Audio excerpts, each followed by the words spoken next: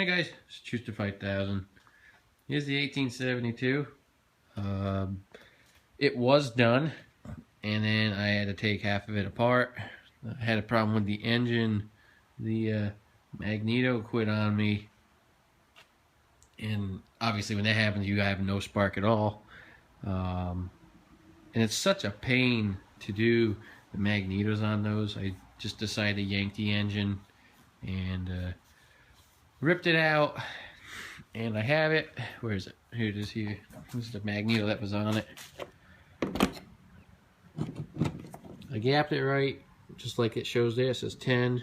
I tested it from the ground here, where the screws will go through, to the kill wire, and I have like 8.0 ohms on a 20,000 scale, and I tested the wire leads to the ground on the coil here, and I have nothing. There's no ohms at all. It should be like 8 to 10,000 ohms, and there's nothing. So the magneto is such a pain to take off, and plus I didn't do up the engine before. I just put it back in. So it was time to clean it up this time. Nice Kubota blue, which is what this is here. It's a pretty nice color, and this $13 can of paint, I've had it for quite a few years and never used it, and decided to try it on this and see how it looks, and it looks pretty nice. I like it. I got the past inspector sticker here. It's actually for the Kubota diesel on these models, and the same with this one. That's for the Kubota diesel. It's just the extra decals they gave me with the tractor, and I figured, I'll paint the whole engine up just like the Kubota colors. So it actually looks pretty nice after all said and done. These decals would be black anyways, because the background is black. This one would be, and that one would be. I think the only thing this one wouldn't be black, the air cleaner instructions, that would be whatever the background was. So that'd be the only one, but you don't really notice it because all the other ones are black. But still got all this other stuff here. This paint dries pretty quick, so it dries in like half an hour, and it's a nice cool day today. It's like 55. I was surprised this paint's drying so quick. You can touch it right now. I wouldn't go scratching it because it will scratch. And the other thing is, actually, this is a pretty shiny paint. For just, I just scuffed it down and wiped it down. I didn't do any primer. I didn't have any. I actually ran out. It's probably time to get some. But this paint came out pretty shiny for just doing a quickie on a spray can anyway. Usually the engines don't have a gloss to them. They're just either flat or semi-gloss. I got the custom tip up on the muffler. The muffler's all painted up. I did that in silver. It's the only muffler paint I have. But hopefully with a new magneto, this thing will run great. And I'll be putting it back in the tractor here. I got the decals on. There's a CCC one on the back. It's actually not the right one, but whatever. No one's going to really notice. There's the tunnel cover. That looks good. That one's kind of hard to put on. It's so big. You get a lot of bubbles if you don't do it right. That's an original one, and those two are original. There's a tag. I still got to put one of my tractor repair ones on. There's nothing on that side.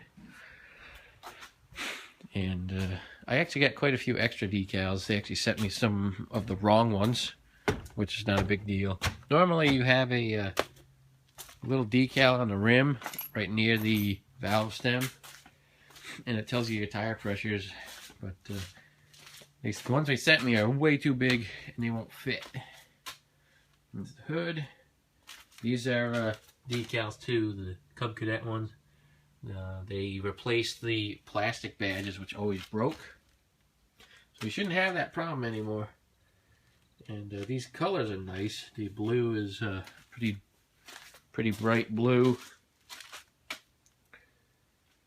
And they look good.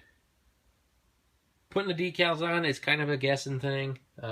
One side's always going to be closer than the other. And it's just the way they are. It's just because the hood has got a slight bend to it.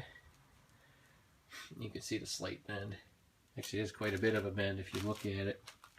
And any decal I've ever put on these hoods, they don't come out perfectly straight, but I did get them pretty even as far as side to side. It's pretty close in the front there, and a little bit further away. That's usually how they always were. Same with the bottom there. It's pretty close to the front, a little bit further away up there, and then along the edge of the hood there, the front, it was always a touch closer than the back. Same on this side, just a little bit closer. But you'd have to measure both sides to probably even see the difference. And the same with a Cub Cadet there. You kind of just, you got to center. I tried centering the C above the D on this side, the D and the R there. And the opposite on this, it's a little bit difficult because you're not really sure what to go by. And, but I got it. It looks pretty good. When you guys do decals, you can't think about it too much. I don't measure usually. I just kind of wing it, and it actually comes out pretty good. You just gotta use your judgment and you know, see what you get. They don't come out perfect. Cub Cadet never had them come out perfect. Usually the let this light on. Usually the rear fender pan decals are always either lopsided or off to the side. One of these was. See, this one's a factory decal, and the thing's way too high and it's crooked. So, Cub Cadet didn't put them on straight. See, that one's off. You can tell that one's off if you look at the rear end. So, don't worry if they're not perfect. They still look good. So, alrighty. I'll have an update when I get the tractor back together here. I'm still waiting for some parts. I got some springs and what else do I have? I got a few little things coming in. I got 2 springs to hold the grill on. That was another thing to clean that thing all up. Took all the bars out of it. It looks a lot nicer. That was to make room for the tip. And it looked kind of weird with just having that one set where the tip came out off. So we took them all out. But yeah, this thing looks pretty good. I'm glad I took the engine back out and redid it. Because there was a bunch of crap still inside that the mice brought in and I never got out the first time.